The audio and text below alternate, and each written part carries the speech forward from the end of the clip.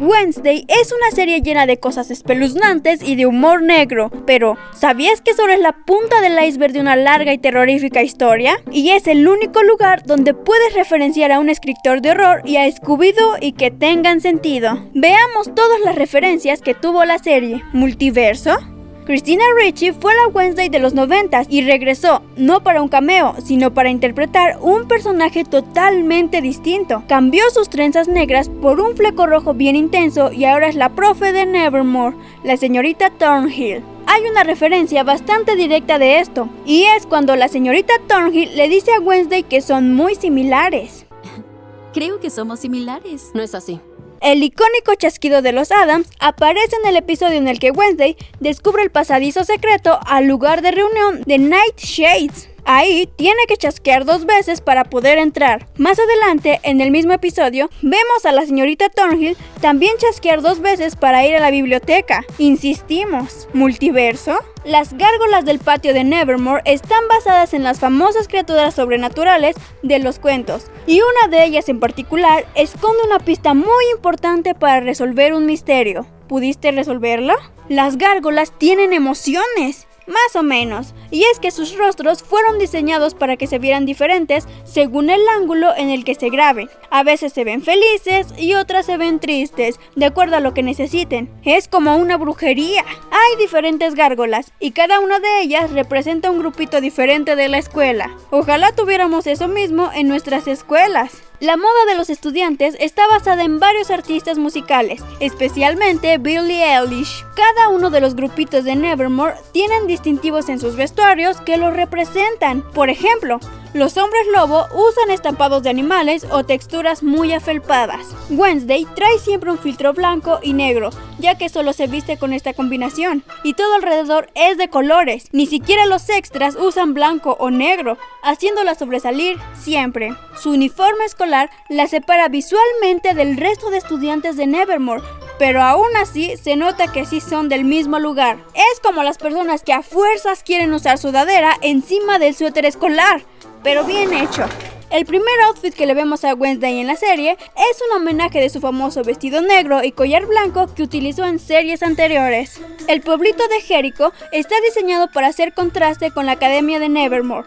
En Jericho todo es de tonos muy claros y Nevermore es de colores oscuros. Cuando Wednesday llega ahí, se ve incongruente con todo y sin duda resalta mucho más. Usaron dibujos originales del siglo pasado, pues varias fachadas del pueblo están basadas en los dibujos originales del creador de la familia Addams, Charles Addams.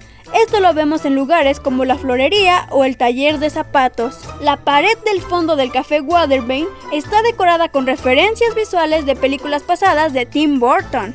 Hecho directamente por el patrón gótico del cine, el monstruo que aparece en la serie es una creación de Tim Burton hecha desde cero. Sin duda este director sí que es ambicioso con sus proyectos. Al lado de la oficina de la directora Wims hay una cabeza encogida, en referencia a Beetlejuice de 1988. Otra referencia más a los antiguos éxitos del director.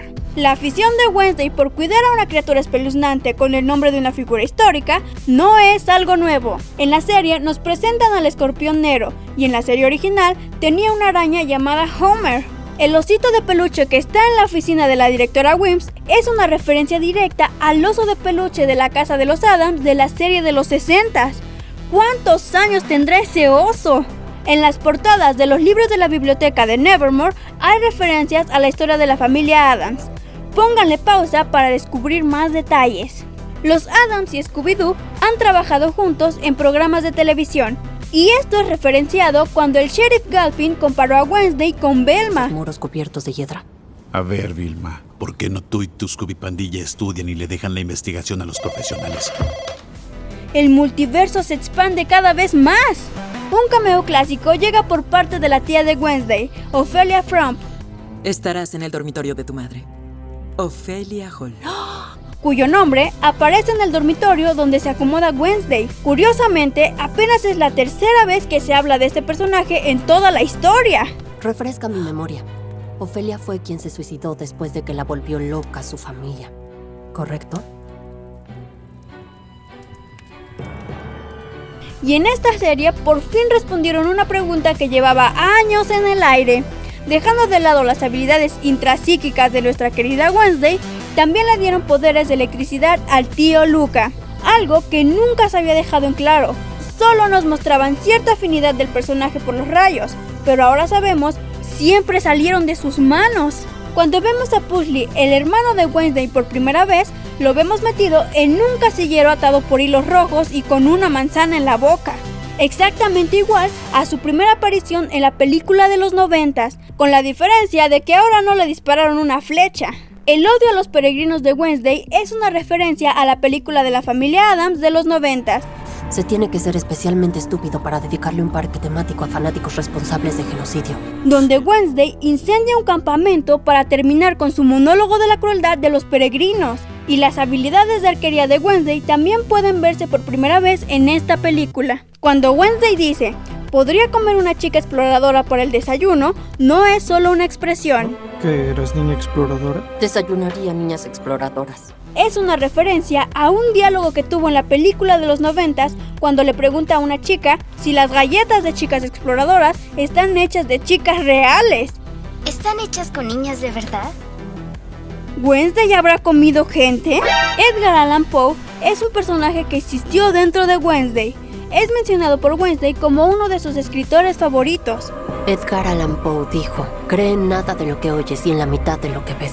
Además de que podemos ver una estatua de él sosteniendo un libro en el lobby de Nevermore. Durante el episodio 2, El sombrío encanto de la soledad, los estudiantes de Nevermore participan en la Copa de Poe, una carrera de botes sin reglas. La carrera está inspirada en el famoso escritor Edgar Allan Poe. Les doy la bienvenida a la Copa Edgar Allan Poe de la Academia, quien en este universo es uno de los alumnos más famosos de Nevermore. Los nombres de los barcos de los equipos están inspirados en las obras de Poe, como El escarabajo dorado. La obra más famosa de Poe es posiblemente su poema El cuervo, y a lo largo de la serie hay numerosas referencias a los cuervos. Están en las puertas de Nevermore, hay un cuervo disecado en el escritorio de la directora Wims, y Wednesday ve cuervos en una de sus visiones. La música de la serie está basada en las tiras cómicas de Charles Addams. Se hicieron con la idea de capturar el tono que se imaginaban para los dibujos de esos tiempos. En toda la música de la serie se puede escuchar un clavecín. Esto a modo de referenciar a la música original de la serie. Víctor Dorobantu es quien le dio vida al personaje de Dedos, y antes de ser contratado para esta serie, extrañamente, el hombre ya poseía un tatuaje de una mano sin cuerpo, y después de la serie, se tatuó una portada de un libro que aparece en ella. Sin duda, el hombre nació para interpretar una mano espeluznante. Ni siquiera pensábamos que eso sería posible.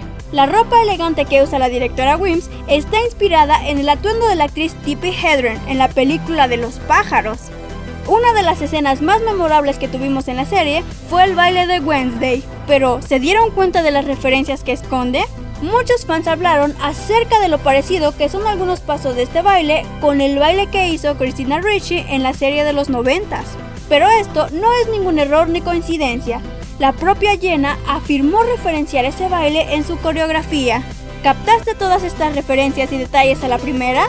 O tal vez valga la pena volver a ver la serie para prestar atención a estos detalles. Si tienen algunos otros, déjenlos en los comentarios.